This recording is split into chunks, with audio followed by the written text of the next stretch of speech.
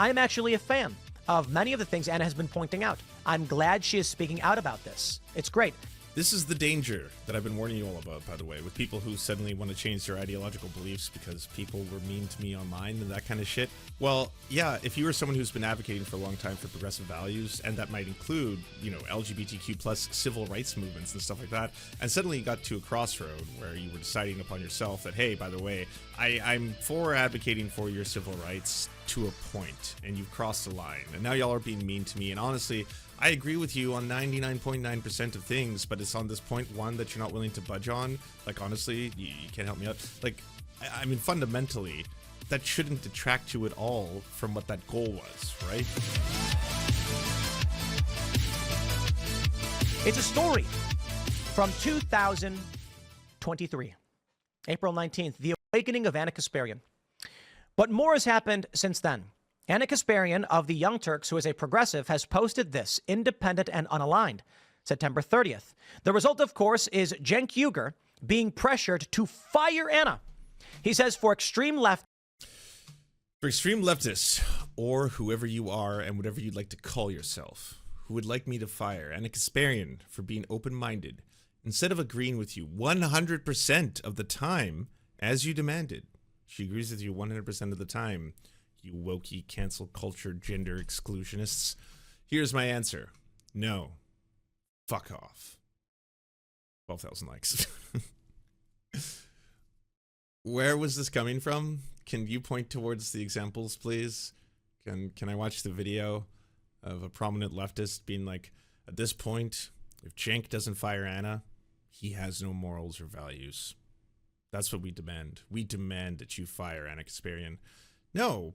No one's asking for that. I haven't heard a single call for TYT to fire Ana. I would be shocked if they did. That would be surprising to me. I mean, they've had Ben on the payroll for a very long time, and he clearly has a lot of pro-Israeli both sentiments and actual in real life action that he's doing and going to campus protests and that kind of stuff. So I don't expect TYT to be firing people based on their pivot to the center, or wherever you want to say that independent and undecided lands. No one's calling for that. Although it does really make it seem as if there's a battle with nothing here. You know, battling ghosts of your own design. Just basically be like, hey, to all you people demanding that I fire Ana, fuck you. It's like, no one's asking for that. More just to stop trying to say that you represent, broadly speaking, the left, and your opinions represent the left. And then when anyone disagrees with you, they're part of some radical, terrible online community of mostly LGBTQ plus folks who just demand you to be purity tested at all times and to be perfectly pure. And if you disagree with even 1% of what they say, well, then they'll let you have it. And then when they're mean to you, it hurts and it's annoying. And then you got to kind of change your political alliances to readjust. Now, when you talk about people who have done the why I left the left, let's just say career trajectory, such as Dave Rubin, Jimmy Dore, these individuals, Dave Rubin especially, you can point towards the fact that Dave Rubin was doing it because he wasn't getting enough money, because that's pretty demonstrable. The testimonies of both Ana Kasparian and Cenk attest to the fact that apparently Dave Rubin was demanding that they pay him a salary that at the time TYT was simply not in a financial position to do, and so he decided that he was going to break from them. And then I don't know how his partnership with Dennis Prager started forming, but certainly there's a pretty demonstrable amount of clips where Dennis Prager talks about how he's useful to the right. It's useful to have someone who is both openly gay and also to have someone who was once a leftist or was once a liberal, and then can identify why everything is wrong with those people and then try to bring other people over to the right. And so that's the Dave Rubin kind of, story. The danger with someone like Ana Kasparian now being kind of embraced more within the, centrists and the right wingers and all that kind of stuff is that also comes with this idea that she's selling people on, that like, I was wrong.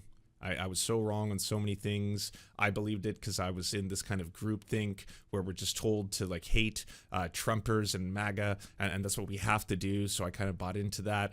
And then when I realized that like I didn't want to be erased as a woman and have to be called a birthing person, suddenly all of these like, you know, leftists came after me and they were really mean about it, and all the mods quit. And then even one of the TYT hosts, Benny, quit, and she stated her reasons very clearly for doing so in a video, which you can all go watch. But even then, it's really funny that all the people who were forcing her to quit and telling her she had to quit, none of them offered her a job. What does that tell you? We were willing to employ someone who disagrees with us, unlike all those radical leftists who just want to do this for the purity testing.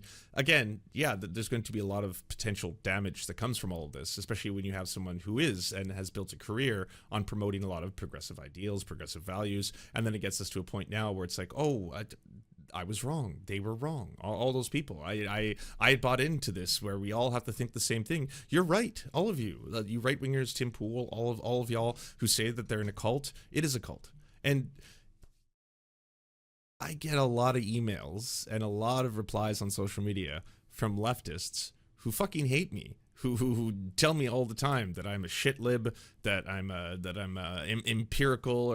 imperialist shill, that simply the fact that I say things like I think when you're voting and the choice comes down between two horrifyingly horrible people, you're essentially picking your enemy, and then you try to see whether or not you're going to be playing the game of politics on easy or hard mode. Stuff like that is enough for people to just take time out of their day to go on to their fucking emails and be like, you fucking shit lib, member of the Imperial Corps, looking to blah blah blah.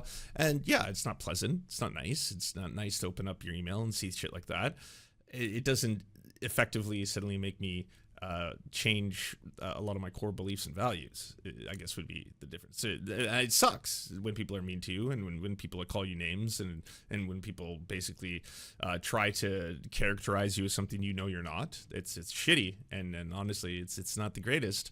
But again, it's never in any way kind of indicated to me like, wow, maybe I've been wrong about all this, and all the books I've been reading have been lying to me, and maybe the real truth is kind of more of a Lex Friedman style truth, where we should just have these really important debates with everyone, you know, and then just sit across the aisles to find out what exactly are these people thinking about, talking about, and only in there can we truly get to the center of the discourse and the debate. A smear of Dave Rubin. Whatever. They used fake news to justify their smear of Dave Rubin, for which their thumbnail had my name in the middle of their fake smear piece. It was like this bunch of red lines connecting people and stuff and conspiracies. And so I saw Cenk, because I know him and have known him for years. And the last time I talked to him, we were very friendly. And I was like, hey, Cenk, you posted this video thing or whatever, and it's got my name. I've been trying to reach out to you and just say, like, I don't know what your beef is with Dave Rubin, but I just really don't want to be involved. And he just blew up at me and started yelling at me. He's yelling at me in the middle of Politicon. BBC runs up, they're filming, and I was like, why are you yelling at me? And he's like, you're a MAGA guy, blah, blah, blah. And I was like, what are you talking about?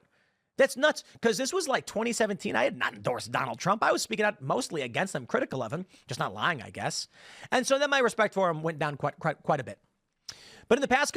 So there's an article by Joe Rote who included some of the clips earlier, just to give a little background to Dave Rubin. He's lazy when he worked here. He's lazy now with his ridiculous show where he proves time and time again that he doesn't know anything. And why do I know he's lazy? Why did he really leave the Young Turks? Can I please finally tell the truth about why he left the Young Turks? He wanted to make a 6-figure salary to host a 30-minute-a-week show when everyone here, you know, because we work for an independent news company, was getting paid far less while working 12-hour days. That's why Dave Rubin left the company. And now all of a sudden he's getting funded by the Koch brothers, and all of a sudden his opinions are very different. He has no political identity. He is not an honest actor. He is not an intellectual. He is a fraud.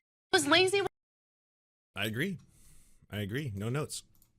Couple of years he's been coming around, and largely Ana Kasparian has been coming around. She has this post. She says, after Trump came onto the political scene, and especially after he was elected in 2016, the us versus them mentality immediately took shape. Anyone who refused to resist Trump was seen as a threat to the country, and I was fully on board with that mindset. It all felt righteous at first, but eventually the tactics deployed to fight Trump became repetitive, boring, and ultimately fruitless. Polling shows that he has increased his support among Black and Latino voters despite wall-to-wall coverage on his unsavory, racist, and bigoted remarks. I'm going to pause there and say, which ones? Because I'm not familiar with those.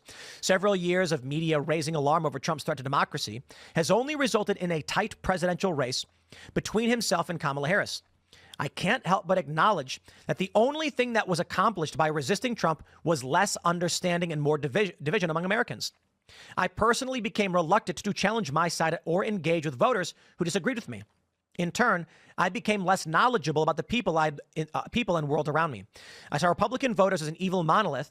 We already read this entire article. I want to hear for the first time ever, the beanie thoughts. Talking about how scientific articles have come out showing conservatives tend to be more attractive than liberals. I then talked...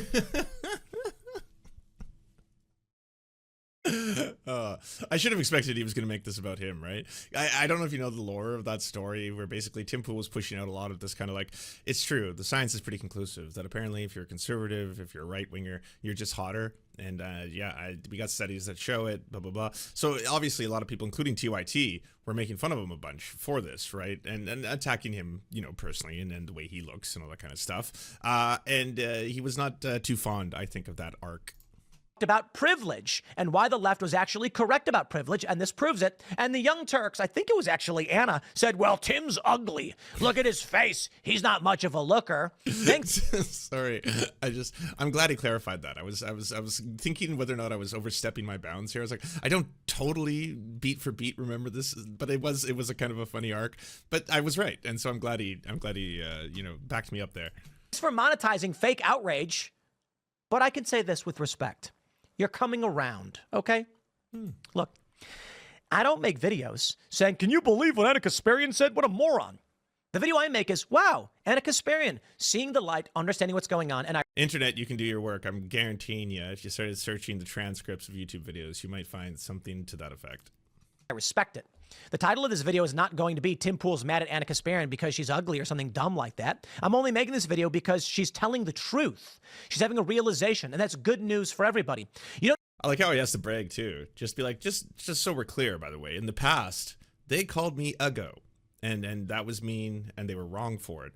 But I'm not going to resort to their tactics, okay? I'm not going to use this as an opportunity to be like, well, they're the ugly ones. I'm going to just say that, hey, by the way, she's actually telling the truth for once, for the first time ever. So this is a net good to us in the movement.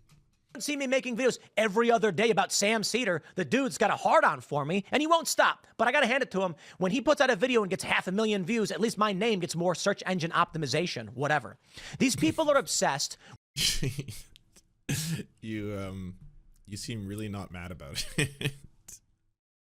Was it the leaked text? Was that it? Like, that was profoundly embarrassing for Tim when he kept on saying all this shit, and then Sam's like, oh, I'll just leak the logs. Here you go. And you can see the entire thing. And it really painted a picture of a man, a beanie, if you will, who really wanted a friend, who wanted friendship, didn't want a fatality, didn't even want a fucking babality. He wanted to go for full friendship and was trying his best. And as you've seen in the past too, kind of like, can we not just hang out after a while, sushi with the boys, go play some poker, that kind of stuff. But yeah, ultimately, I don't think that's simply a one-way street.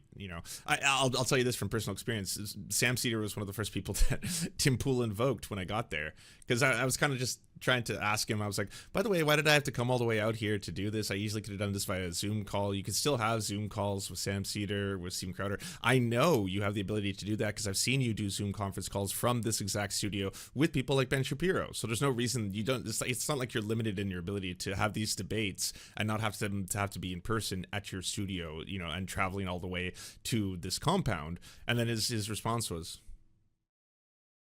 see this? Yeah, you don't get that. You don't get that.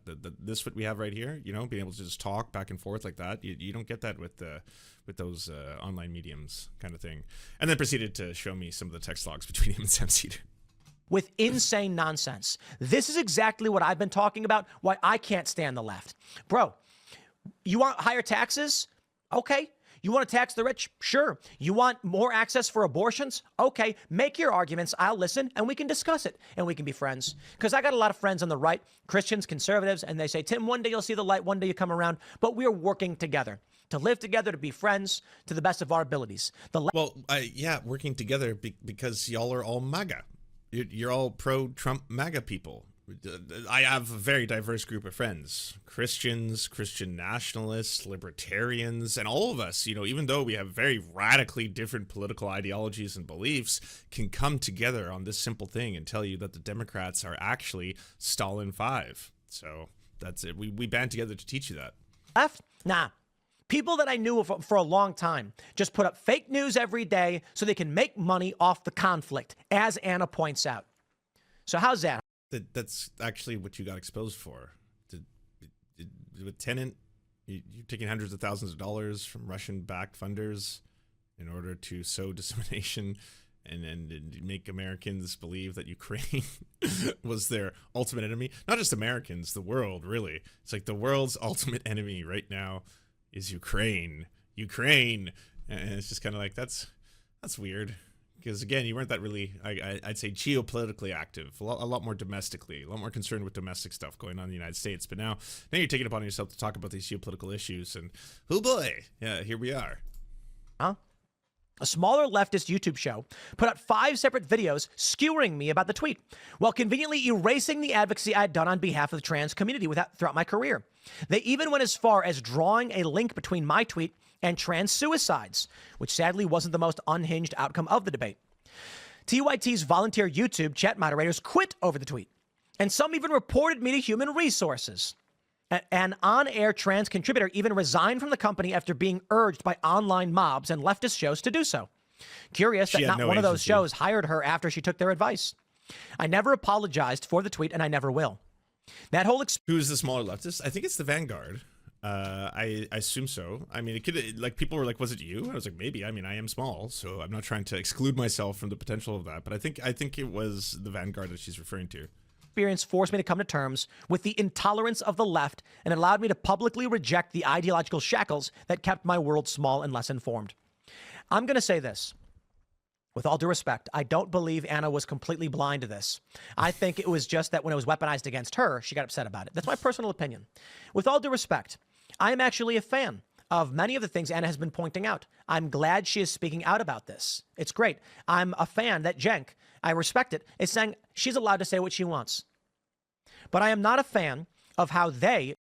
This is the danger that I've been warning you all about, by the way, with people who suddenly want to change their ideological beliefs because people were mean to me online and that kind of shit. Well, yeah, if you are someone who's been advocating for a long time for progressive values, and that might include, LGBTQ plus civil rights movements and stuff like that, and suddenly you got to a crossroad where you were deciding upon yourself that, hey, by the way, I'm for advocating for your civil rights to a point, and you've crossed the line, and now y'all are being mean to me. And honestly, I agree with you on 99.9% of things, but it's on this point one that you're not willing to budge on. Like, honestly, you can't help me out. Like, I mean, fundamentally, that shouldn't detract you at all from what that goal was, right? Which the goal was, again, to advocate on the behalf of trans people as a cis person. And again, us both being cis people, Tim Pool being a cis person, Tim Pool being very transphobic, very anti-LGBTQ+, again, is very happy to see things like this now. To see, like, I told you so. I told you. See how, like, this radical, woke, trans, and gender ideology has gotten out of control, and even people who consider themselves to be allies are realizing it for what it is? Here we are. That's really dangerous. That's the actual effects that this can have when you get people who are suddenly going to, throw all of that stuff under the bus because, well, my justification is people were just being mean to me. And yeah, they completely blew this out of proportion. I think it's a completely reasonable take to say as a woman, I don't want to be called a birthing person. And that is a reasonable take on its surface, right? Like, I agree. I don't think that we should simply refer to all women as birthing people or force people to refer to all women as birthing people. And no one was doing that, though. There's no push in either the LGBTQ plus movement and the activist movement to completely eliminate and in its totality no longer refer to women as women anymore. If anything, being outraged about this non-problem gives, again, fertile ground to people who hate trans people and want to be like, see, even allies, even people who are advocating on LGBTQ plus, rights and stuff like that, even they're getting sick of this shit because it's gotten too out of hand. It's out of control. Inclusive language. It's like, how could they? Young Turks in the past have lied about me and many others, okay? They've slowed down on it. Maybe they've realized it's a bad course of action. The videos they put out about me where they were lying got blasted with dislikes, and the comments were like, "You are liars and you're disgusting." And maybe Is that by design? Is that just because their own built-in audience were like, "Whoa, what? You can't talk shit about Tim Pool"? Did you at any point bring attention to them? Did you make a video that was like, "Oh, TYT is lying about me"? Could that potentially have an effect? they started to realize we're on the wrong side of this. Yeah. She says, "Today I'm less certain and more cautious." Honestly, too, shouldn't this piss you off? Like, even from a, like, oh, I'm going to pivot to the center kind of shit. I always hear about how the right has doors open. The doors are wide open. And yes, obviously, there's certainly a career trajectory if you want to start appealing more to the center and the right as someone who's previously, that gives you the benefit of being why I left the left, right? It's the thumbnail for the podcast we were going to check out after this. And that can have some benefits. But look how much he gloats. He's using this whole thing as a victory lap to be like, I mean, they were assholes. They were mean to me. They called me ugly. They called me all kinds of names. And all I was doing was pointing out the fact that it's scientifically accurate that Republicans and right-wingers are hotter than progressives, liberals, and leftists. And they suddenly said, well, who are you to talk, you uggo? And that was really mean. But I'm glad they finally saw the light. You know, I'm glad they're coming around. Curious than I was 4 years ago. I've made humiliating mistakes while covering political news because I was previously unwilling to consider or understand the perspective of Americans who vote differently from me. She says, what to expect from Unaligned. I'm hungry for dialogue, a space for in-depth analysis, and a judgment-free zone. Well, I will also add, we have been working to book Ana Kasparian for a long time. She has agreed to come on either the Culture War podcast or Timcast IRL and have these discussions. However, scheduling has been less than easy, I would say. As it goes with many on the left, they are resistant to actually coming on the shows, while the right... He's still talking shit. Why can't you just take a win here? You gotta keep on being like, and she's gonna be coming on the show, hopefully. We're trying to book that. Seems to be a little tough. Gonna be honest with you, everyone on the left is refusing to have these conversations. They just refuse. They're all scared. Every single one of them. They're cowards. Cowards, I say. I gotta be honest. There's probably a right-wing dude outside, like Benny Johnson. He's outside right now, knocking on the door, being like, "Tim, let's do a show together." I'm kidding, Benny. You're great, but he's not here. My point is, Benny Johnson, come on my show anytime. You're invited. I'd love to have a conversation. Benny, I mean, I hear that the right-wingers are perpetually not afraid to have conversations with anybody. So, I mean, hey, got nothing to lose. Just a simple conversation. We can talk about heterosexual things. We're both a pair of pretty heterosexual men. Pretty heterosexual. We like dude stuff, you know? The coveted art of the self-high five. Look how hetero that is. Yeah, real hetero. So if you want to enjoy a cold beer, you know, we can talk about tits, women's tits, and how attractive boobies are, and have some heterosexual bromancing together. I can't walk 10 feet, figuratively, without some conservative being like, Adrian, "You want to do a it's good to collab?" see And I'll you. be like, let's see what we can do. We get requests to come on the show all the time. We booked this young liberal dude for the Culture War. Started planning everything out. He said, "Yes, I'll do it." And then, of course, the last minute, he goes, "I won't come. Not coming. Bye." Why not? Because they can't handle it. They know they can't handle it. Now, shout out to Cenk Uygur. He came on Culture War podcast. He was running for president. He came on the show. We had a debate. It was a big show. Got 500,000. These are the shows we want to do. We want to have these conversations. But liberals don't do it. Now, Ana Kasparian's unaligned. Well, yeah, I mean, so am I. I'm not a Charlie Kirk conservative. I'm not TPUSA. I don't wear a suit. I don't have a tie. I wear jeans. And this is the closest I'm, this black shirt that I'm wearing is a... This is literally your costume. I mean, you don't even really alter the lower half. I know that's always got to be the same black beanie every single day. I wear a beanie. I don't wear a suit and a tie. But then it's like, but then there's always the black shirt with the black dress shirt on top, you know, the skater boy aesthetic. Volcom shirt. It's a skateboard brand. I wear clothes like skateboarders did, I guess, in like 2008. I'm not going to wear a suit. I don't go to church. I'm not a Christian. I'm not an atheist. But this is what it means to be politically homeless. I'm not nothing. Or unaligned. This is a new faction. And I got to tell you, Anna, we're voting. You're not politically homeless. You've been supporting Trump and MAGA for so fucking long now. What the fuck? Yeah, politically homeless. Just don't know where to align. But, you know, it's thanks to the grace of being politically homeless that I was able to see the one true path and understand that Donald Trump is the only one that can prevent the 1,000 years of darkness that apparently Jake Paul says are coming. For Donald Trump. We can criticize Donald Trump, and I don't get people throwing pie in my face. Now, don't get me wrong, the Trump's most ardent supporters will smack talk periodically, but I know that if I sit down with, say, like Alex Brusewitz, who does campaign work for the right, if I sit down with Matt Gaetz, Marjorie Taylor Greene, or if I know that if I sit down with Trump himself, and I say, here are the issues I take with what you've done in my criticisms, they're going to say, okay. So I've seen Tim Pool interview Donald Trump because he did it this year, and you can watch how that went down. Did Tim Pool spend even, you know, let's say 20 seconds grilling him on anything, questioning his beliefs, trying to be like, well, this is something I don't agree with you, sir? Or was it just softball after softball after softball for like the full 20 minutes? You know, just like, why are you so great? Why are you so fantastic? How do you continue to be one of the most incredibly impressive human beings on the face of the earth, sir?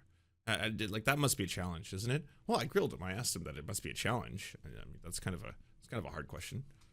They're not going to scream at me. They're not going to say you can never hang out at my party again. They're going to say, how do we win this guy over? That has been the MO of the right the whole time. And the left brought this up a while ago. Back in like 7 or 8 years ago, they said that the right is love bombing people. Fine. Let it be love bombing. I can sit down with the most ardent Trump supporter and we will smile and laugh together and shake hands, even because you're both Trump supporters. Wow, what a surprise. Yeah, I could sit down with a leftist politician and be like, we agree on a lot of things. And they would be like, yeah, we do agree on a lot of things because I'm a leftist. So what a revelation. When I say I'm critical of Trump over 59 Tomahawk missiles fired in Syria, they'll probably say, you know what, we agree with that. I'm going to say I don't like that Trump launched the 2 weeks to slow the spread, the beginning of the mandate. Why didn't you say any of that, though? Because you did interview Trump. You would have had the opportunity to grill him on that moment to show everybody, hey, by the way, I am a journalist. I care deeply about actually asking the tough questions and pressing him on these issues. This is an opportunity for me to do that. And they'll say, you're probably right about that. Hey, Donald Trump himself at his rallies totes Operation Warp Speed, and they boo him. Look the video up. It happened. Because Trump supporters are not a monolith. Trump supporters are not a cult. But the left will cast you out like they did the moment you even say, please don't call me a birthing person. They go, how dare you? You will be called what we tell you you are called. See, like, that never happened either. None of this happened. Again, so many people who had, again, working relationships and or respect for Anna were trying in the nicest ways to be like, oh, this ain't it. So, yeah, just so you know, there's no one actually within the LGBTQ plus community, or there's no one who are trans activists or even allies asking for this, asking for you to simply never be called a woman again and be called a birthing person. And, yeah, that's it's actually inclusive language. It's women, comma, and people who give birth, just to, again, include people like trans men and non-binary people who give birth. It's through inclusive language that we can actually try to normalize a lot of the existence of these people who are, again, human like the rest of us. It's not a bad thing. I know you know that because you've made the exact same argument back in the day when Republicans were doing it. But yeah, I know that things change and you were in the cult back then. So now that you've escaped the cult, you can realize that it was actually just not really how you felt. It was groupthink. The changes, well, they're welcome. She goes on to say the point of this new project is the pursuit of intellectual freedom and open mind. And posts this paragraph. An interview. r/AskALiberal. Welcome to Ask a Liberal, this online community's dedicated space for individuals looking to ask liberals questions. And then, what are your thoughts on TYT Anna leaving the left? She wrote the piece. She now claims to be independent and aligned.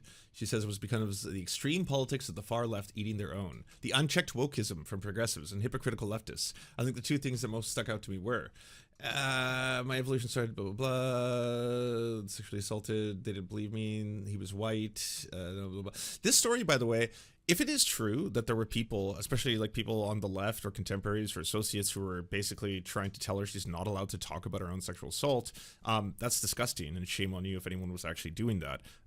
And to people who were being like, you can't talk about this specifically because the guy could be black, and I don't want you to disparage black people by bringing attention to a potential assaulter. If someone was doing any of this kind of stuff, again, you're trying to silence a survivor in something incredibly, incredibly serious. So if that had happened, and if that was a case that was being, yeah, of course, I condemn them. I would condemn anyone who's doing that kind of shit. But the fact that this is painted as leftists assumed that my assailant was black, and because they assumed that my assailant was black, they then implied that I wasn't allowed to talk about it because it would bring bad attention, blah, blah, blah. I've never in my life criticized Ana for speaking out about her own sexual assault. I've criticized Ana for trying to use, again, real news stories that surround very horrifying tragedies and events, usually involving, say, immigrants or people who come to the country that commit very vile acts, such as sexually assaulting people or killing people, and then using that as a way of fear-mongering to try and make it seem like it's a broader problem than it is, to try and make it as a tool to vilify immigrants as a group collectively, and then say, like, hey, by the way, is anyone on the other side of this? I mean, these leftists, they've lost their minds. They're trying to tell you that we're supposed to stand up for this vile sexual assaulter / assailant / this person who broke into a grandmother's home and beat a grandmother half to death. Are you on the side of that person? And it's like, no one is on the side of the violent criminals. It's that by saying this and someone watching it, everyone who watches this, I hope, going to feel empathy for the person who was attacked or the person who was victimized in this case. But is this indicative of a trend, broadly speaking? If we look at the stats, are immigrants committing more violent crimes and sexual assaults than native-born citizens? Are they arriving into the U.S. through illegal means to then commit acts of mass violence? Is this a problem that is so, like, prolific that we need to continuously focus attention on the, like, again, times it does happen in order to make it seem as if this is a much broader issue than it is? With Jillian Michaels, she went on to talk about some people on the left as empower and infantilize minorities. Is Ana just being a reactionary to personal negative experiences and painting the left with broad brushstrokes? Or does she have a valid point that we on the left don't do enough to criticize the negative aspects of our big tent party? You're not a big tent party. Nice try. When disaffected liberals and post-liberals are lining up with Trump supporters and RFK Jr. and Tulsi Gabbard and Elon Musk and Donald Trump, we're the Unity Party. You are the weird cult. Yeah, it was a big blow to the left to lose RFK Jr., the guy who doesn't think that HIV causes AIDS. That hurt us. Tulsi Gabbard, the warmonger. Who could have seen that coming? The person who just has decided that she wants the latter half of her career to be about targeting trans children, to blame trans children for all the like fucking woes in society. That Tulsi Gabbard? Oh no. Here you go. This person says, I haven't Notice watched... he says he does it so interchangeably, he doesn't even notice or correct himself anymore. But yeah, of course, we're the Big Tent Party. We're MAGA. We're Trump. We're inclusive. We're the ones building all of this. This would be the same argument as me trying to say, like, then why are there all these horrifying, vile warmongers and war criminals who are now deciding to pivot to the Democrats? That's because the Democrats are the one true Big Tent Party. They're the ones, blah, blah, blah. And it's like, I see no benefit to a Dick Cheney endorsement. None. The only way to spin that is to first acknowledge that he's a vile war criminal who belongs in jail, and then after that to be like, wow, how messed up is Trump that a vile war criminal who belongs in jail isn't willing to support him? That's the extent of that, you know? TYT in years, but I checked back a few months ago after seeing that Jimmy Dore was hanging with Alex Jones now. Can't say I'm surprised. This one says, seems performative as the left isn't something you have to declare your allegiance to or independence from. It's not a political party. Just let your views speak for themselves. It's a good indication that professional outrage farmers on either side aren't doing it because of deeply held... Yeah, I think at this point we're just going to articles. But there's a new podcast Ana did. It's called, Is Ana Ditching the Left? And the thumbnail says, Why I Left the Left. If you want to get a preview of how a president plans to lead, just look at who their donors are.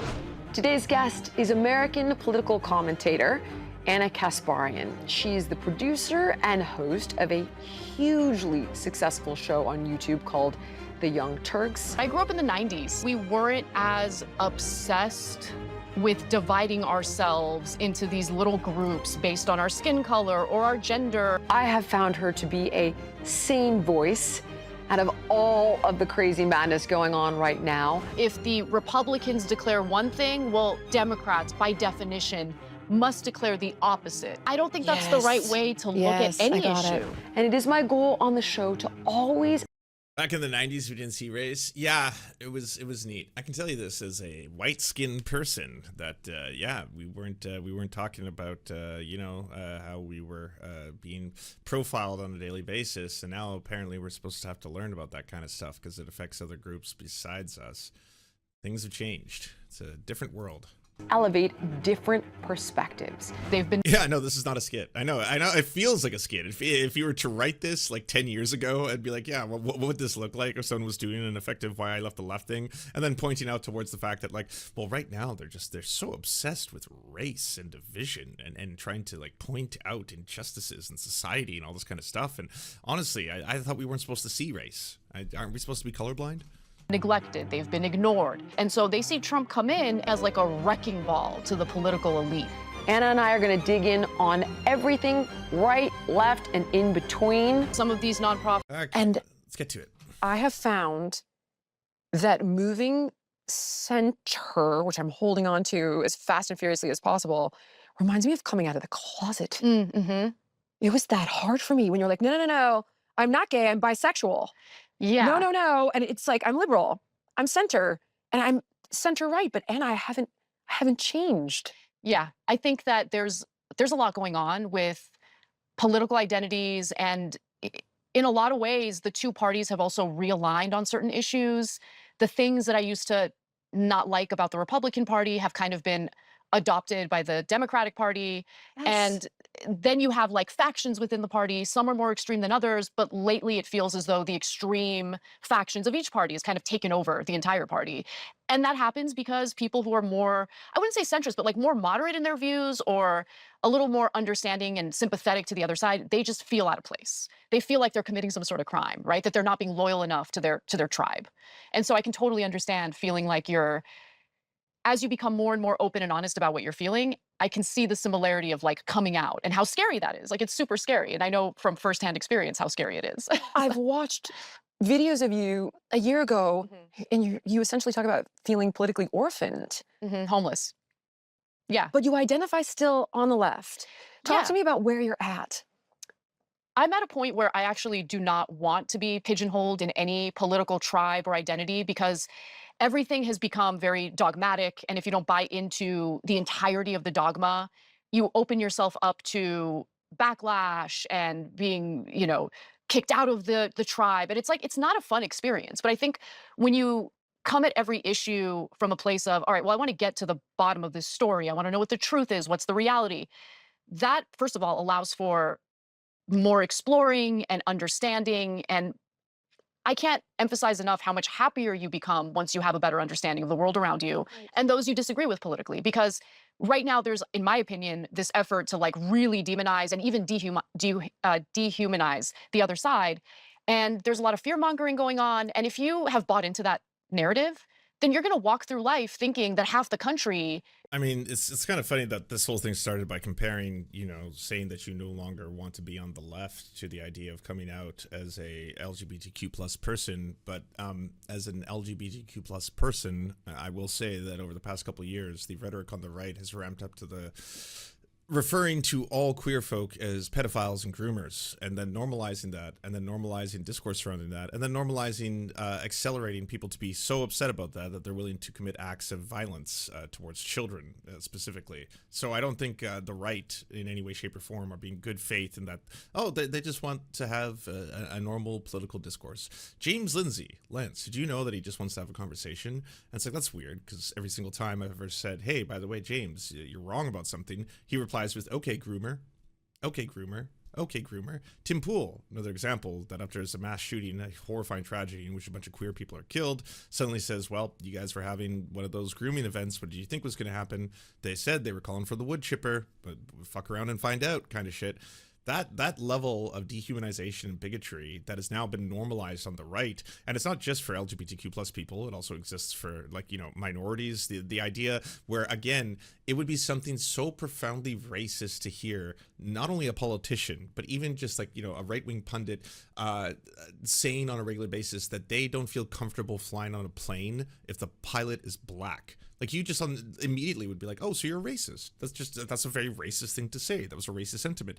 Now that they have some new buzzwords and they can throw everything around, they can be like, well, I just don't trust black pilots, not specifically because I don't think black people inherently are inferior to white people. I just think they probably were hired because of the DEI policies. And so that's why I'm saying that I don't trust a black pilot to fly a plane.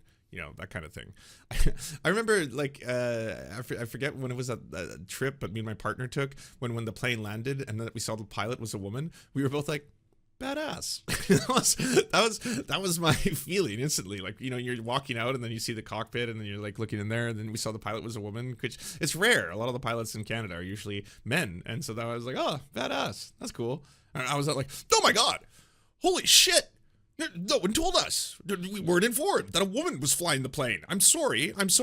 Is she having her time? Is that over with? Because I don't want her making irrational decisions. That high up, I'm sorry, honey, we can all die. This is serious shit, okay? If you want to fucking go on Etsy and start shopping in the middle of the flight, we're all gonna die. Like, no. It was just like, oh, that's awesome. Cool. All right. Is full of like neo-Nazis and, you know, they're going to want to harm you. They're going to want to, you know, destroy the country. And I just don't think that's a healthy way of looking at the other side. I think that there are gradations. I think there are, of course, extremes, but I don't think the extremes should be used to paint a picture of the entirety of the Republican voting base or vice versa. It's either libtards and commies or Nazis. That binary way of thinking is just not rooted in reality at all. Not at all. Yeah. And that's Can we apply these principles at all to the right, again, who want to call all queer people groomers, pedophiles, that kind of shit? Saying black people in high positions got their jobs because of DEI, not because of their skill set or the meritocratic process or anything like that? Like, is there anything to be said about that kind of just false labeling of everything? I know the both sidism of this entire issue, where it's just like, well, I mean, on the left they call everyone Nazis, and on the right they call everyone commies, and that there's no discourse possible in between, that kind of stuff. And unfortunately, that's every single leftist and that's every single right winger. Like, you're doing the exact thing that you're describing as a problem. It's like, yeah, I know there's just this monolith, this monolithization of these groups, where everyone just feels that because you're part of that group, you have to be a commie or you have to be a Nazi, one of the two. And it's like, but not everyone talks and thinks this way. I will describe someone like Nick Fuentes as a Nazi, right? Because of his avowed kind of Nazi-like rhetoric that he constantly spews. That is someone I would say is Nazi. I don't call Tim Pool a Nazi specifically. I say that he's got a lot of fascistic far-right beliefs, and he's certainly a bigot of the highest order towards LGBTQ plus people, and does promote violence towards LGBTQ plus people with his show and his rhetoric. But there's a difference. There's usually a classification of each one of these people. There's far-right extremists, there's white supremacists, there's Aryans, there's neoconservatives, there's paleoconservatives, there's Christian nationalists, there's tons and tons of different groups. why when I've watched you debate with Ben Shapiro, and even the preamble you guys have had for 10 minutes about, you know, I really enjoyed the relationship that we have. I really enjoyed that we can have this civil discourse. I really like you as a person. And then it's like, and you still like each other. Yeah. It's so comforting. I can't even tell you. Well, I think that's how political discussions used to happen in the country. I mean, I don't know when it changed to the point where if you disagree with someone politically, well, that means that you can no longer. Why can't we be friends? Again, like this is one of the things I've never understood about, like, when right wingers and I debate one of them or something like that, I don't get these DMs. It's like, hey, did you know that I actually have some like leftist beliefs? And it almost sounds like they're trying to be like frenzies or something. I don't get that. I was like, you're going to go on your show tomorrow and you're going to talk about how drag queens want to rape children. That's what's going to be the theme of your show tomorrow. That's abhorrent. That's disgusting. You're directly going to endanger people's lives by talking like that. That's a real big problem. No, I don't want to be your friend. I don't want the cameras to turn off and to be like, well, that was fun. Well, let's leave that at the office, shall we? And go play. And for the record, I was never invited to sushi. I was never invited to any of that. That was Emma. All right. I'm not trying to pretend that I ain't got the invite for poker with the boys or the sushi. Longer be friendly to each other. You can't be friends. I mean, during the Trump era, so many families were torn apart over political disagreements. And by the way, I'm speaking all high and mighty. I just want to take a moment to take ownership of the fact that I fully bought into that mind frame. Like, I totally bought into that. And there's a video floating out there somewhere of me basically saying, no, you can't be friends with someone who supports Trump or has these views, because it's giving you a sense of who they really are as a person, and they're a bad person. Right. Right? That was Deplorables. yeah, exactly. I remember when Hillary Clinton made the deplorable statement, I worked and then for the Clintons. I loved the Clintons. and then she apologized for it because she was getting backlash. And I remember at that time being upset with her for apologizing because I had fully bought into, no, these people are deplorable. These people are terrible. And it took a lot of growing to realize that there are a lot of Republican voters who actually do not like some of the things that Donald Trump says because he does say divisive things. He Yes, does I say hate it. hateful I things. hate that too. But there are certain issues that he speaks to, right? Certain either economic issues, anything that might have to do with the deindustrialization of like the Rust Belt. Those are issues that really resonate with them because no other politician has sincerely addressed those issues. They've been neglected, they've been ignored, and they've been ignored by what they view as the political elites. And so they see Trump come in, and yeah, he's a little unhinged in some of the things he says, but they see him as like a wrecking ball to the political elite or this Establishment. the establishment, exactly. And once I was able to really fully grasp that and understand that, and by the way, once I started to understand the flaws in my own party, it helped me kind of begin this journey of rejecting political tribalism and not wanting to be pigeonholed into any political group. I want to feel free to think for myself and to explore ideas without feeling guilty about it. You know? That sounds so nice. It sucks. I wish. I like, for me, I have to wake up and then I have to go into the board of bread and then look what all the lefties want me to say and think. And then, you know, after I look at it, even if I disagree with their takes, I'm like, I gotta repeat this. It's mandatory or I'll get cancel cultured. And I don't want to be cancel cultured. So gonna have to say and do exactly what they want. Yes, I know exactly what you're talking about. I think for me, as a devout liberal Mhm. who always thought I was the better person, I thought we were the good guys. I really did. I was brought up that way. And I thought, if you're a Republican, you want war. If you're a Republican, you don't care. I have changed my mind on a lot of this stuff, but you're ridiculous with your gun laws. If you're a Republican, you hate gays. If you're a Republican, you're a racist. I really honestly took the bait. And then Trump was so belligerent when he first began running and they're all rapists and racists coming over the border or whatever, criminals. And that was really abrasive. And I live in a border state. We live in a border state, you know, my whole life up until recently.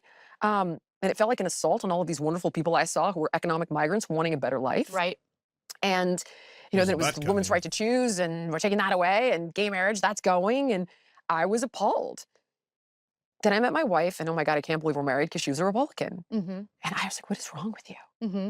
How could you possibly? And I'll never forget, she's like, you think you're such a good person. You think you're so liberal and so understanding. You guys are the least understanding, the least accepting, and the least tolerant of anybody who doesn't agree with you. Cut to, I started hearing everywhere, or at least focusing on it. Oh, well, they voted for Trump, so I had to cut them out. Oh, I haven't spoken to my mother. She's a Trump supporter. I remember seeing a post on social, and I've talked about it a lot. It was on this blog called Scary Mommy. That was supposed to be funny. We're supposed to make fun of what shitty moms we were. It's supposed to be funny. Right. We're only 10 minutes in. And it's Tractor just is kinda real useless right rich. now. Got it. So it's a form of redistribution of wealth from ordinary, hardworking Americans to a small group of executives behind these defense contractors. And so I have a huge problem with that. My views on that never changed. Me either. So it's weird to have the Democratic Party perpetuate what's happening, you know, around the world with these wars. And the Republican Party, on the other hand, at least the voters, I want to be clear, the voters are saying, no, we're not okay with this. Okay. We don't want this. We want to get out of these wars. We want to take care of our own. And that's what I want. I want to take care of our own. So there are areas where I definitely agree with Republican voters more than Democratic voters. And that's the thing that's really throwing me for a loop because these are the views that I've always had. Me too. Yeah. Oh my God. See, this is why when you talk, I feel like I can breathe. There's a few people out there that, you know, Bill always says like sanity needs a safe space. Yep. And those voices rise to the top because I think the majority of us that are in the middle who feel orphaned are finding sanity in the things. I feel like this is like liberal disillusionment, which should occur, by the way. There is a lot of criticism to be made towards the idea that liberals, they are progressive and posturing, and it's faux actual progressivism, where it's just like, sure, we might have a little representation, maybe a little bit more representation in a cabinet. Justin Trudeau can appoint a cabinet that's half women, and when asked about it, it was really badass. And he was like, wow, it's fucking, I forget what year it was, like 2007 or something. And he's like, yeah, there should be representation of women within the cabinet. And then when it comes down to the policies, they're not exactly as clear cut as you would have hoped, that kind of stuff.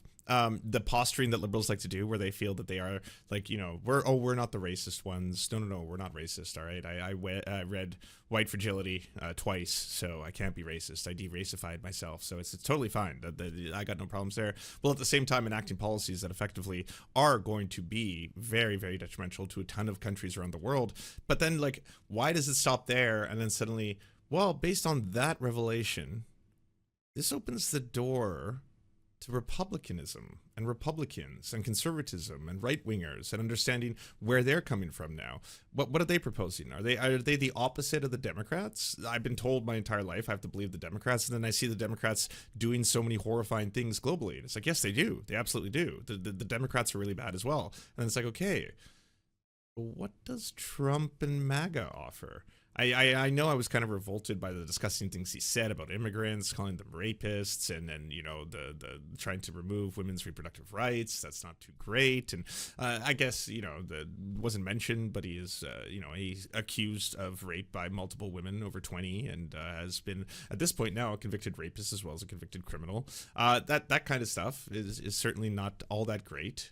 But the idea that, we have to simply say that every single Trump supporter is fundamentally Hitler, that to me gets at the core of what is wrong here. And that's why we can't have these discussions anymore, because the other side is basically saying that, Trump, Hitler. And so then where does that leave us? What are we left with? Where are we supposed to have these discussions? That you're saying. And when I try to have this conversation with the people on the left, and I'm trying not to shut anybody on the left out, right? But they are the least tolerant, and they eat their own. They do. That's a huge problem on the left. They eat their own. Oh, not left enough. You're gone. Oh, really? You don't think you can be healthy at any size? Fat shamer. You're out of here. Not left enough. Right. Oh, you're not down with the medicalization of 6-year-olds who want to be a tomboy? Transphobe. Right. Yep. It's so true. What is that? Well, that accelerated quickly.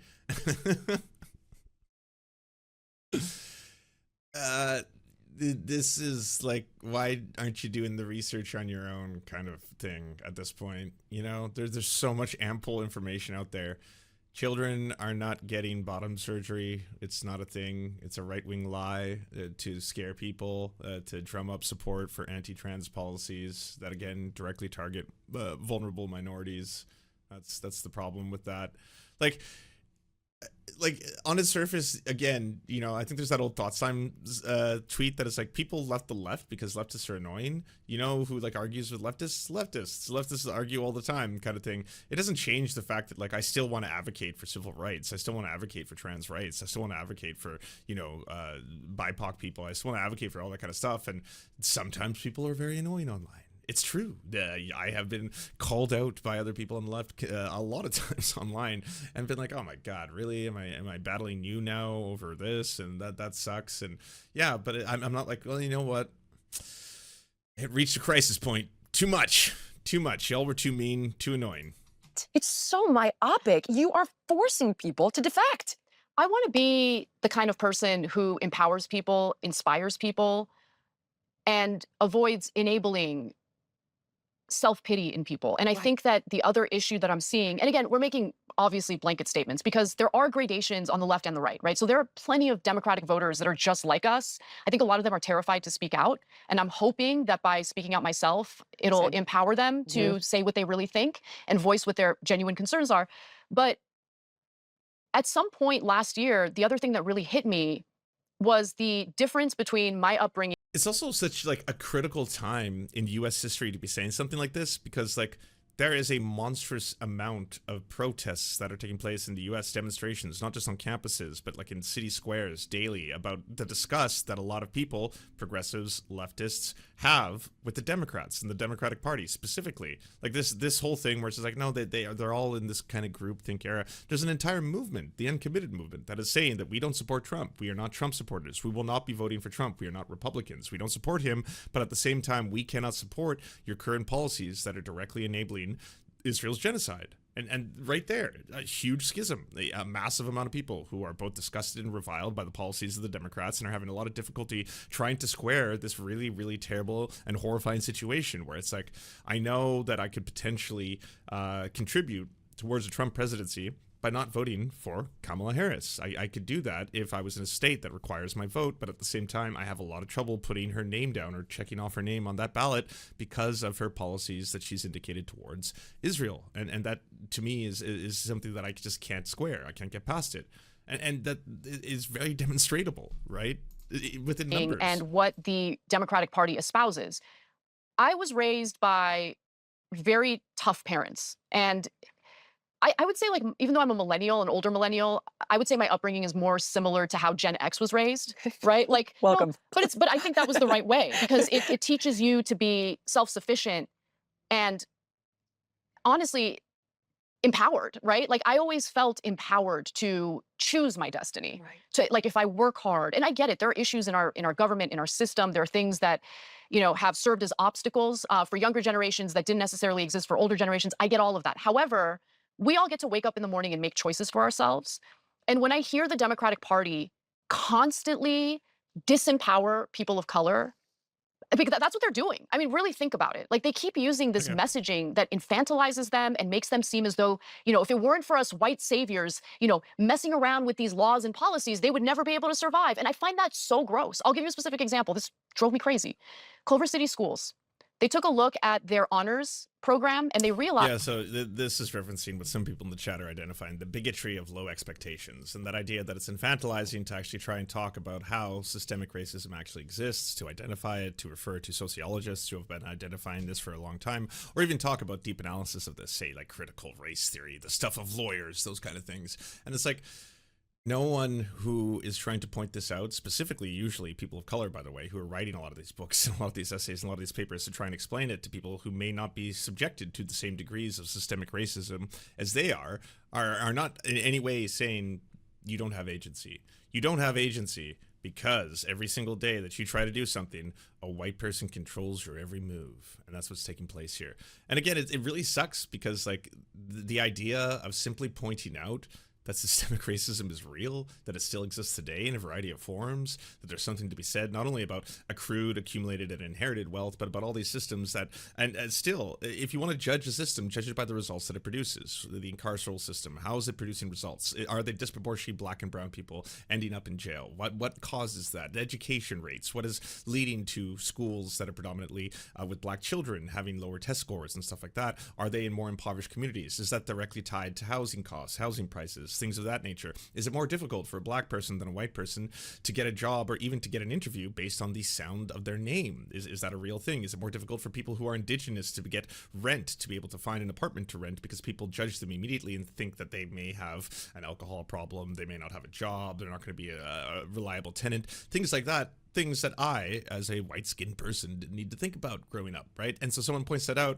Again, it's like learning about the world, and that's what it should be. It should be like, oh, okay. It's not implying in any way, shape, or form, you personally, because you're white, you are super racist, and you can't help yourself. And you were born racist, you'll always be racist, and white people are the devil, and they're the most racist of all racists, and because of that, you know, it's really, really sad, but you can't help yourselves from doing the racisms every single year.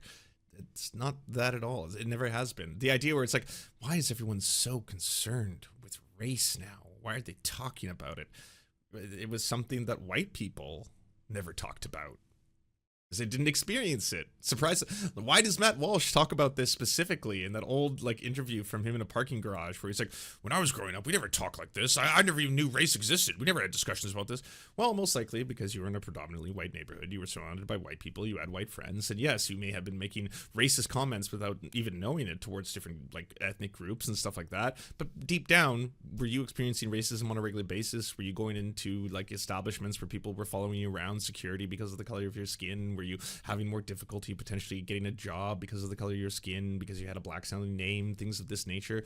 Probably not, which is why learning about it isn't a bad thing. That there was a real disparity between the white students and the Latino students. Very few Latino students had enrolled in the honors program. So they decided the right thing to do would be to just scrap the honors program altogether. And that pissed me off. And it pissed me off because, first of all, you're not actually addressing the issue here. I think those Hispanic students are capable of greatness. Right. You just have to do the work to get them there, you know?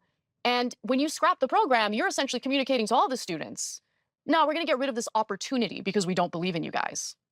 It's just, it's doing away with an opportunity rather than seeing what the flaws are. This has to be the safest space I think I've ever seen in a podcast, where just like literally everything she says is a revelation to the host.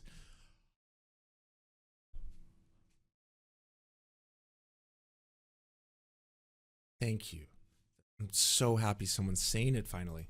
In our education system, and then rising to the occasion to help these students, where we do see the disparity, get to where we want them to be. That's the right way to approach it. But there's just this weird, like, defeatist mentality.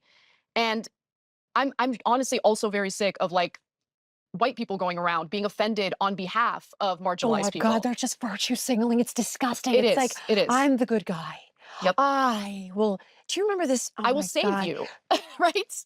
There was an So there is valid criticism to be made here, but I think again you're going after white liberals and white people who want to do performative. Excuse me, how dare you? How dare you say that about this valiant man beside me? You simply won't serve him because he's black.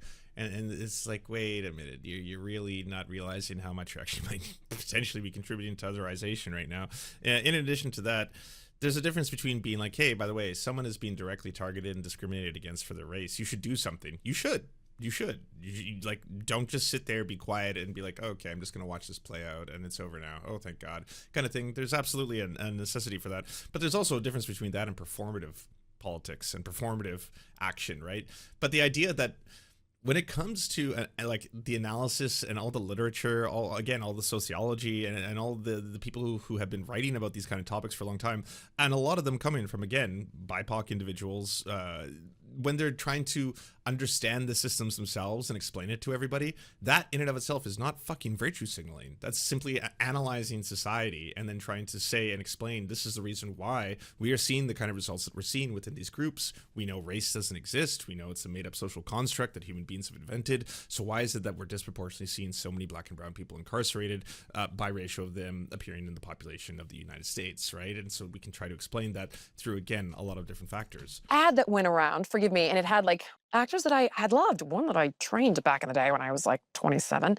And it was like, I can't recall exactly, but it was like, I'm responsible or I'm sorry. And honestly, if you want a better critique of any of that, go watch Get Out.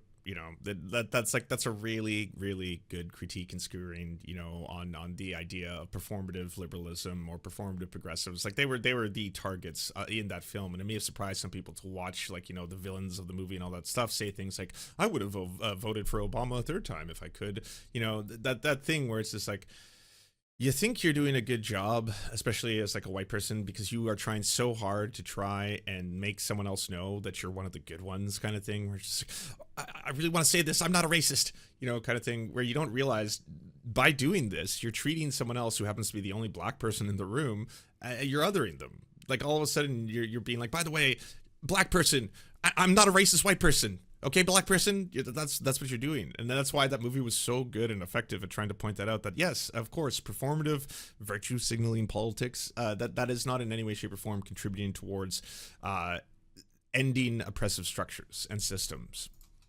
That I didn't, and like, who knows what, basically taking on the history of racism. And I thought, this is so cringy and awful. I take responsibility. I take responsibility. I take. You know what I mean? Yeah, okay. I agree. This is liberal cringe. All these things are liberal cringe. They always are, because it's like, hey, by the way, do you want to try and change the world? Sure. How do I do it? Once every 4 years, make some kind of a statement that you support the Democrats, and you did it. Okay.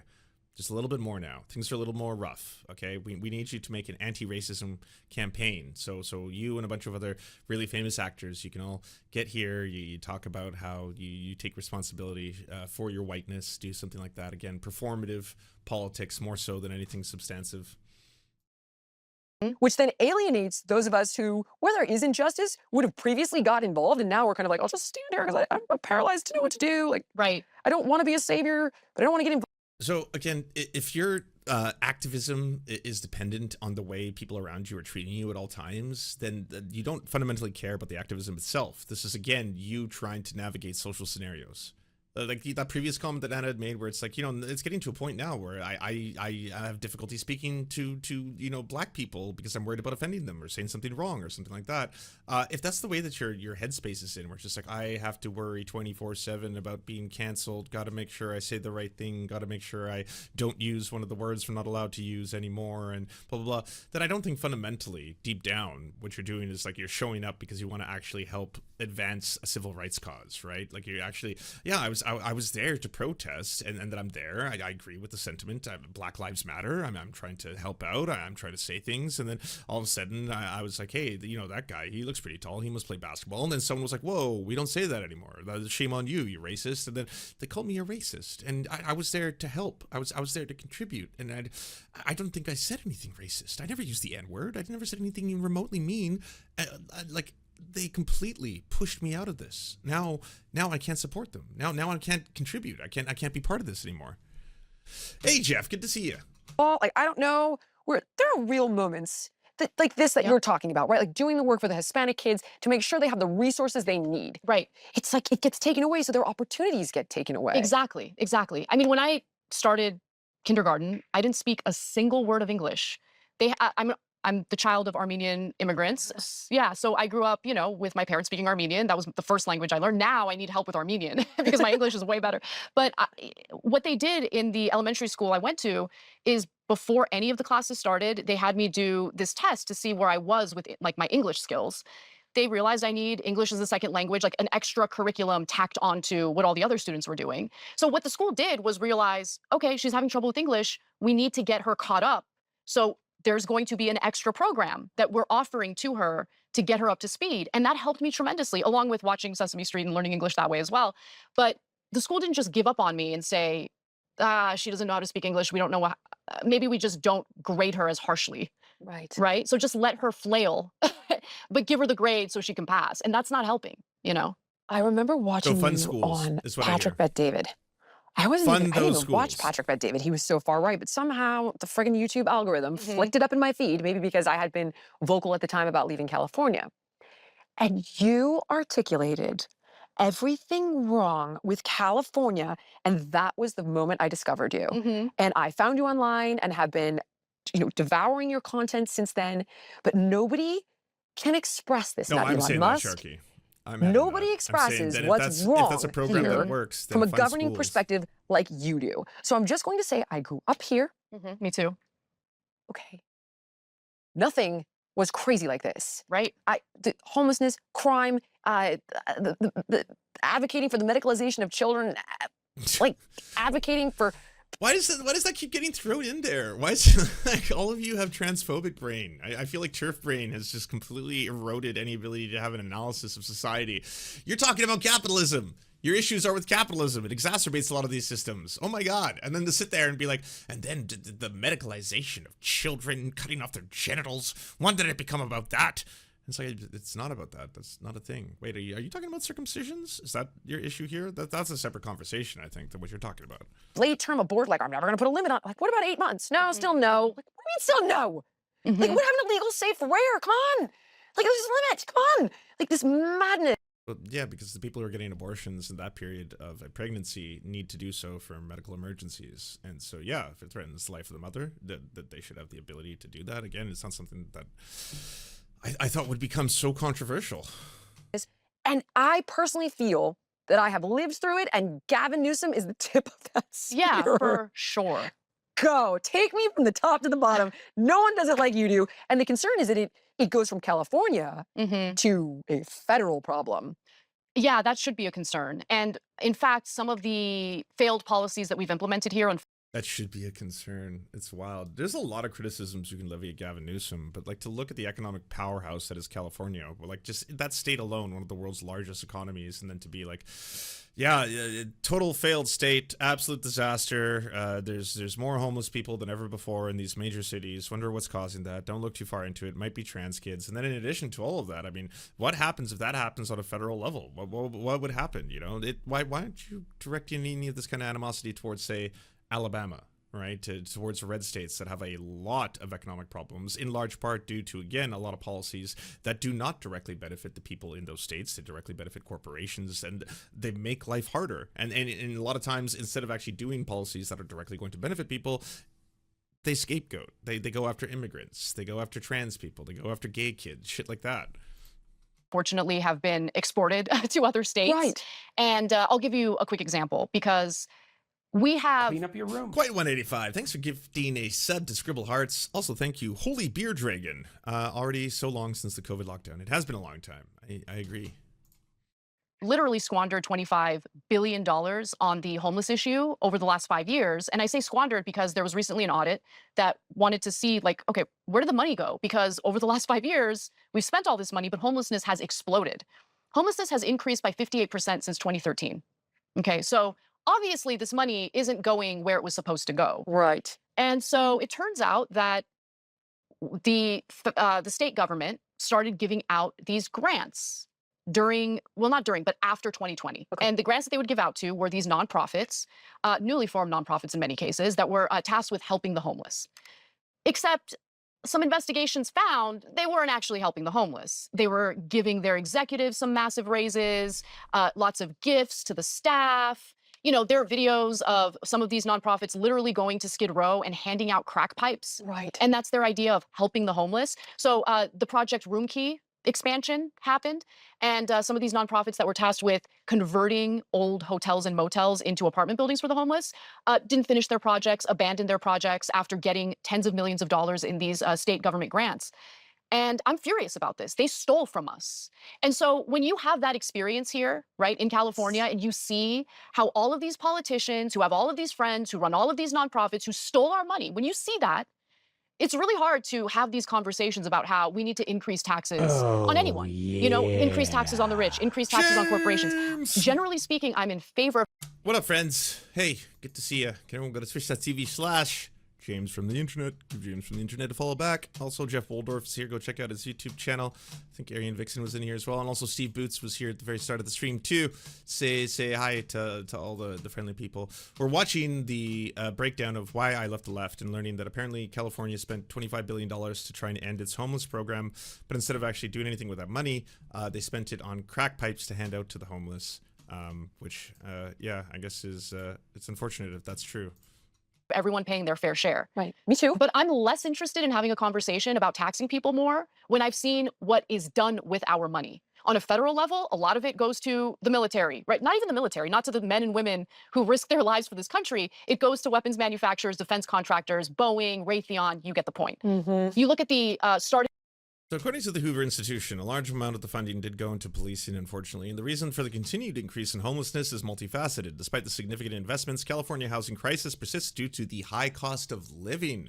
Weird. A shortage of affordable housing and income inequality. Additionally, mental health and addiction challenges are prevalent amongst the homeless population, further complicating the situation. The lack of coordinated data and accountability also makes it difficult to assess the effectiveness of these programs. That's according to the Hoover Institution. In our military, and it's like $20-something thousand, considering we're spending close to $1 trillion a year on our Defense Department. That's insane, right? Cops don't.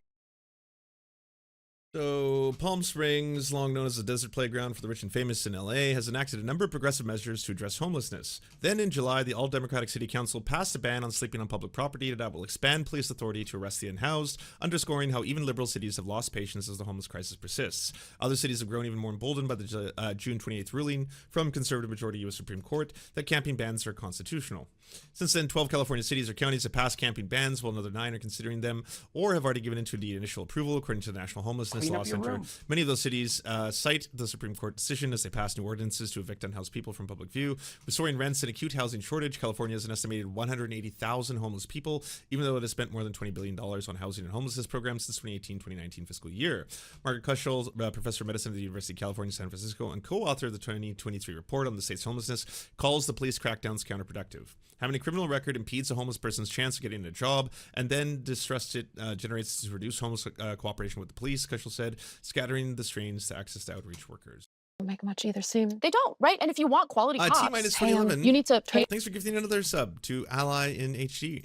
them, exactly. But also, defunding the police makes no sense when you need better training. Better training costs money. Right. So all of these things, all of these ideas that I used to subscribe to on the left. Okay, so I know oftentimes you'll hear people say the left just say slogans. They don't have anything behind them. So when you ask a leftist, defund the police, what does that actually mean? How are you going to solve all these problems? Something very quickly you can point towards: pilot programs that already exist. There's the STARS program in Denver, for example, that diverts a percentage of the calls that go to 911 specifically to social care workers, healthcare workers, and stuff like that, have had tremendous effects. They have been very, very beneficial to the people who are receiving those kind of calls because, again, someone who might have, say, schizophrenia or something else that makes it appear as if they could be a threat to themselves or others may have a medical professional that attends to them who will understand the signs and symptoms and be able to deal with it more so than someone who doesn't believe in de-escalation and is looking to defend themselves from potential aggressive attackers and will probably use a taser or shoot first policy kind of thing. So those pilot programs, they've also been enacted in other parts of the world as well.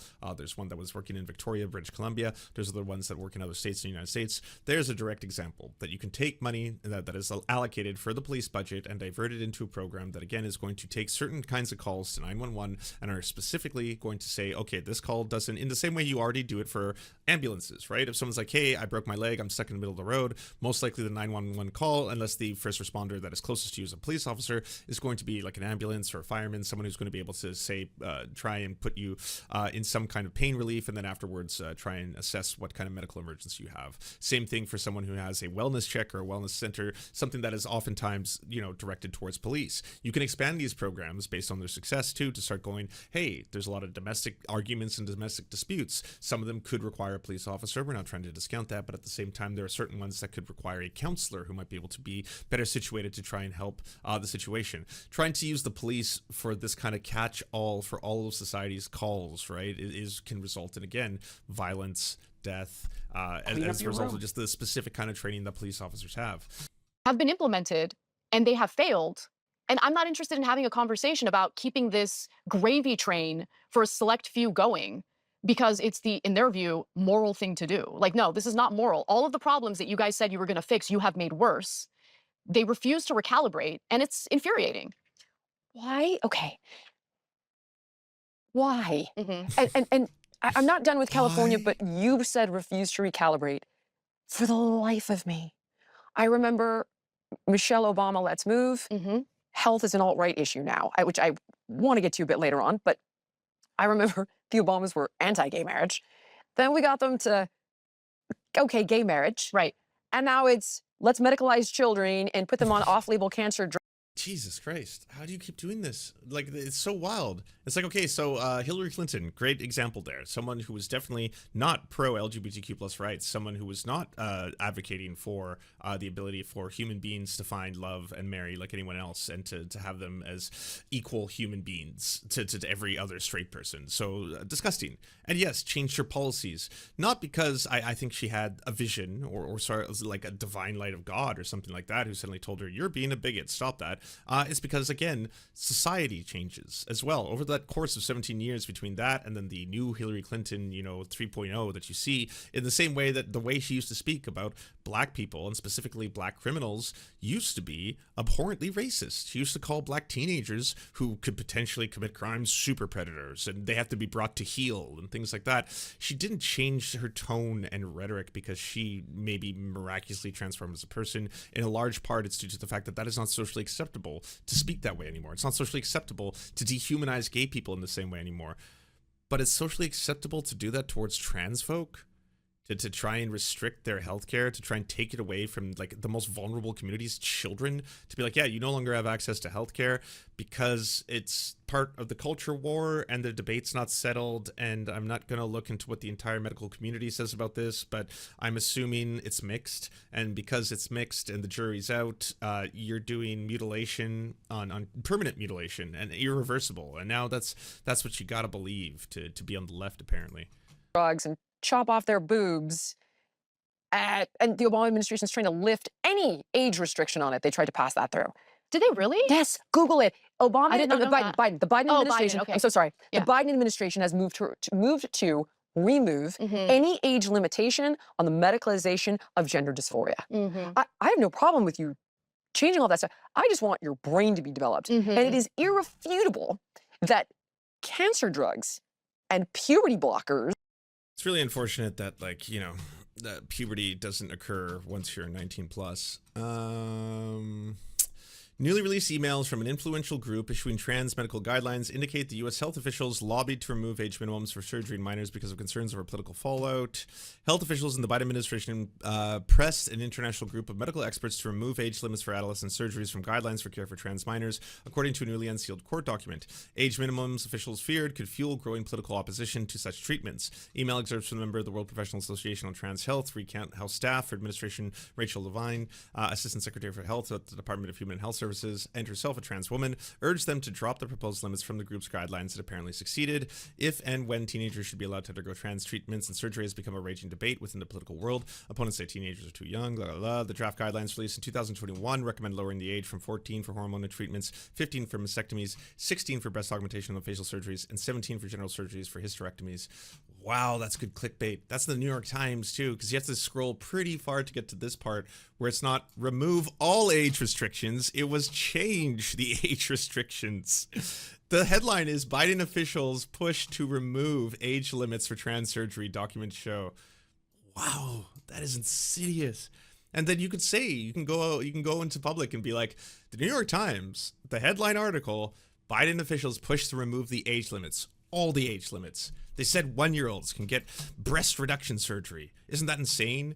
And then you're like, well, let's look at the, okay, we're halfway through the article. The draft guidelines say that they want to lower the age limits to 14 for hormonal treatment, 15 for mastectomy, 16 for breast augmentation or facial surgeries, and 17 for genital surgeries, hysterectomies.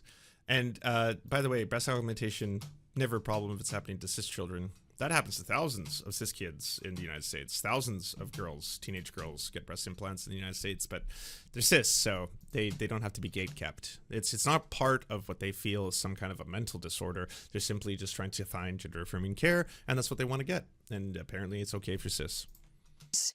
Will greatly impair a developing human body.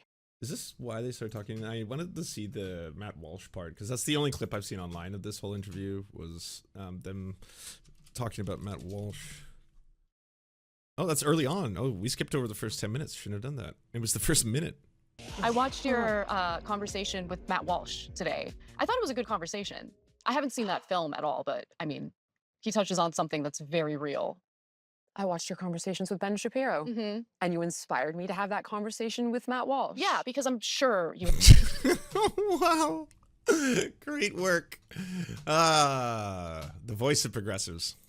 Have disagreements with him, and Many. Yeah, and so it's interesting to find like the areas of common ground, which I think people have been dissuaded from doing for a long time now. Yes. And it helps to like, it basically feeds into like Because this woke. dehumanizing of the other side, right? So I'm glad you're having these conversations. Well, part of the reason I'm having them is because I've been inspired by people like yourself and people like Bill Maher. All right, so again, I've said for a while, since the success of his latest movie, Matt Walsh has kind of been doing this more normalization tour, and he's being aided by a handful of people now, I guess. That this is not left. This is, of course, unaffiliated and undecided. But there has been people who have just been granting him audiences and talking to him about his new movie, completely excluding his body of work and just being like, well, I mean, I might not agree with everything Matt Walsh says, right? He said some pretty weird things in the past or something. But either way, I thought the movie was funny. I thought it was good that he was exposing, you know, liberal hypocrisy on race and how, you know, the performative anti-racism of white folk, where they just, you know, think that they find, you know, some brand new toy they get to play with, and then they have to out virtue signal one another, and they have to be the least racist white person in the room. So that was kind of funny. So I liked your movie for that, right? And I've been trying to say, I was like, every person doing that, I don't know if it's either just blissful ignorance, if you're choosing to suddenly ignore just who Matt Walsh is, because Matt Walsh is an extremist.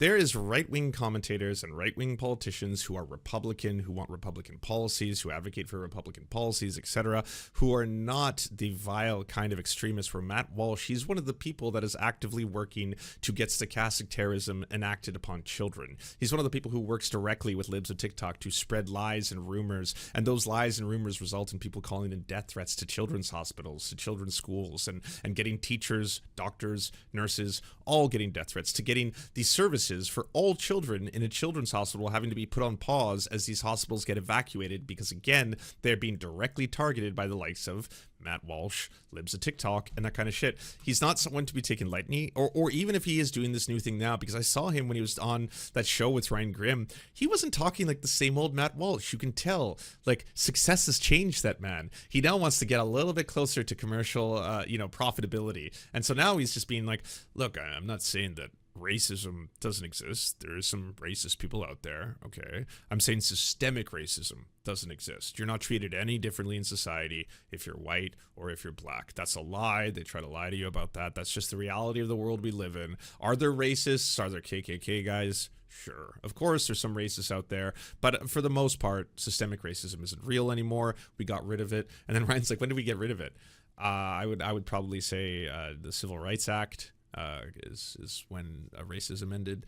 And yeah, so Matt Walsh, he seems like he's not that extreme. He's not one of the people who's basically consistently lying and saying that doctors are mutilating children and cutting off their penises and forcibly doing it. No, he's not that kind of person. He's not the kind of person who's talking about how 16 is the ideal age of impregnation, and that like women who are, teenage girls who are 17 are at their most fertile and shit like that. He's not that Matt Walsh anymore. He's rebranded.